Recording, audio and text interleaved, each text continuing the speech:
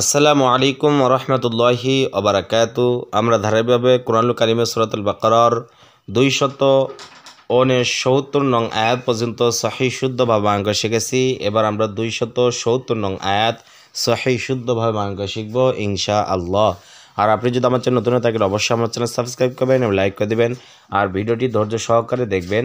দেখুন এই কালারগুলো গুরুত্বপূর্ণ, এই পড়াটা এই এই আয়াতগুলো খুব গুরুত্বপূর্ণ। কারণ এই কোরআনের মধ্যে এইগুলো যদি আপনি শিখতে না পারেন, এগুলো সম্পর্কে যদি পরিচিত না হতে পারেন, তাহলে আপনি সহিহ শুদ্ধভাবে কোরআন পড়তে পারবেন না। এই জন্য বলতেছি, যদিও ছোট আয়াত কিন্তু এখানে গুরুত্বপূর্ণ কিছু বিষয় রয়েছে, এগুলো একটু আপনাকে খেয়াল রাখতে হবে অথবা লিখে রাখতে হবে। তাহলে দেখবেন পরবর্তী আপনাকে পাঠগুলো পড়ার ক্ষেত্রে আপনার কোনো ঝামেলা হবে না অথবা কষ্ট হবে না। তাহলে কথার বলার জন্য শুরু করা যাক। আউযু বিল্লাহি মিনাশ শাইতানির রাজিম।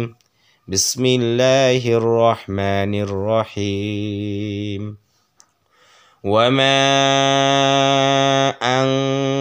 আনফাকতুম ওয়াজর ওয়া মিম আলিফ জবর মা, মধ্যে মুনফাসিল 3 আলিফ টান, উপরে চিকন চিহ্ন, বামে লম্বা হামজা। তাহলে বলবো ওয়ামা, হামজা নুন জবর আং, ইকফা। ইকফা কেন? দেখেন নুন সাকিনে আবার ফা রয়েছে, ফাটা হলো ইকফা হাকিকির হরফ, অর্থাৎ নুন সাকিনের পরে ফা থাকলে তার নুন সাকিনটাকে অনেশ্বরে গুণা করে পড়তে হবে, বলতে হবে আং, স্বরে অনেশ্বর আং।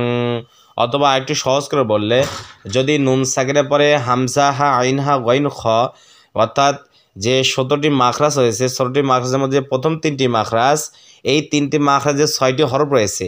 6টি হরফ কি কি? হামজা হা আইন হা গইন খ। এই 6 হরফের কোনো একটা হরফ যদি নুন সাকিনের পরে আসতো, তাহলে নুন সাকিনটাকে আমরা গুন্না ছাড়া পড়তাম, বলতাম হামজা নুন জবর আন।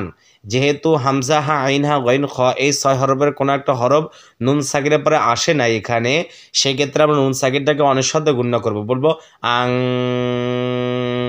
অথবা নুন সাকিনের উপরে নীল কালার অঙ্ক থাকলে তার নুন সাকিনটাকে অবশ্যই অনেশ্বরে গুন্না করে পড়তে হবে, বলতে হবে ওয়ামা আং। ফাজা কফকে ধরবে ফা কবজর ফাক, ফাক ধাক্কা দিয়ে পড়তে হবে, বলতে হবে ফাক, ধাক্কা দিতে পড়তে হবে। কেন? কফটা হলো কলকলা হরফ, কলকলা হরফ 5টি, কফ ত বা জিম দাল, এই 5 হরফের জজম হলে ধাক্কা দিয়ে পড়তে হয়। যেহেতু কফের উপর জজম রয়েছে তো ধাক্কা দিয়ে পড়বো, বলবো ফা কবজর ফাক।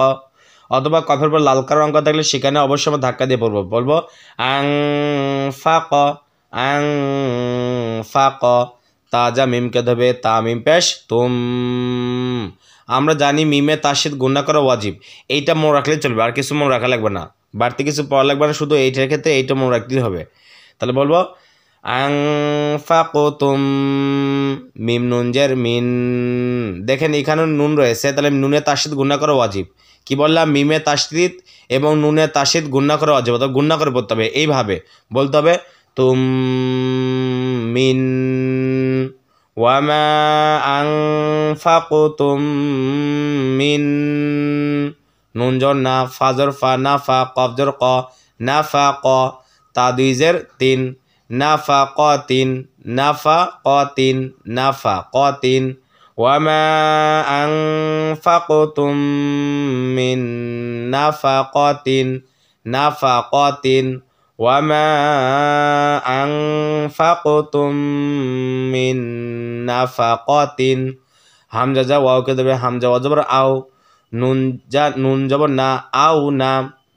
জাল জার ওয়াকে দেবে জাল জবর জার, আও না জার। জাল নরম করে উচ্চারণ করতে হবে, জিহ্বার আগা ওপরে 2টা আগার সঙ্গে লেগে, জার। আও না জার মিন নাফাকাতিন, আও না জার মিন নাফাকাতিন, আও না জার। তাজা মিমকে দেবে তা মিম পেশ তুম, মিমে তাসিদ গুণা করা ওয়াজিব। নাজার তুম মিন নাফাকাতিন আও নাজার তুম। দেখেন মিমে তাসিদ গুণা করা ওয়াজিব। আবার দেখেন মিম নুন জের মিন। আমরা আপনাকে একটা জিনিস বলি, জজমের পরে যদি তাসদিদুল হরফ আসে, জজমুল্লাহ হরফের পরে যদি তাসদিদুল হরফ আসে, তা জজমুল্লাহ হরফ বাদ যাবে, তাসদিদুল হরফকে ধরতে হবে। কারণ আমরা জানি জজমুল্লাহ হরফ একবার উচ্চারণ হয়, তাসদিদুল হরফ 2বার উচ্চারণ হয়, তাহলে শক্তিশালী তাসদিদ, সেক্ষেত্রে তাসদিদ 2বার উচ্চারণ করব, তাসদিদটাকে উচ্চারণ করতে হবে, বলতে হবে আও নাযারতুম মিন নুন জাল যাব নাজ নাজ র দুই জের রিং ইকফা। কেন ইকফা দেখেন, এর আগে বলছিলাম আপনাদেরকে যদি নুন সাকিনের পরে ফা আসে তো নুন সাকিনটা অনেক গুণনা করতে হবে। ওই তেমনইভাবে যদি তানমিনের পরে ফা আসে তা তানমিনটাকে অনেক গুণনা করতে বলতে হবে রিং রসিকের রি অনেশ্বর রিং এভাবে উচ্চারণ করতে হবে। ও যে বললাম না হামজা হা আইনা গইন খয় ছয় হারবে কোনো একটা হরফ যদি তানমিনের পরে যদি থাকে তাহলে বলবো রিন, আর না থাকার কারণে বলবো রিং। যেহেতু এখানে ছয় হবে কোনো হরফ নাই তাহলে বলবো রিং অনেক গুণনা করবো। তাহলে বলবো মিন নাজ রিং জাল নরম হবে জাল মিন নাযরিং আও নাযারতুম মিন নাযরিং ফাজর ফা হামজা নুন জের ইন নুনে তাসদীদ গুণা করা ওয়াজিব ফা ইন নুন লাম যাব নাল লাম খারা যাব ল ফা ইন্নাল্লাহ নুনে তাসদীদ গুণা করা ওয়াজিব। তাহলে বলবো ফা ইন্নাল্লাহ আল্লাহ শব্দ ডানে জবর থাকার কারণে আল্লাহ শব্দ লামটাকে পুর করে পড়বো, বলবো ল লা না পড়বো বলবো ল হা জবর হা ফা ইন্নাল্লাহা ফা ইন্নাল্লাহা।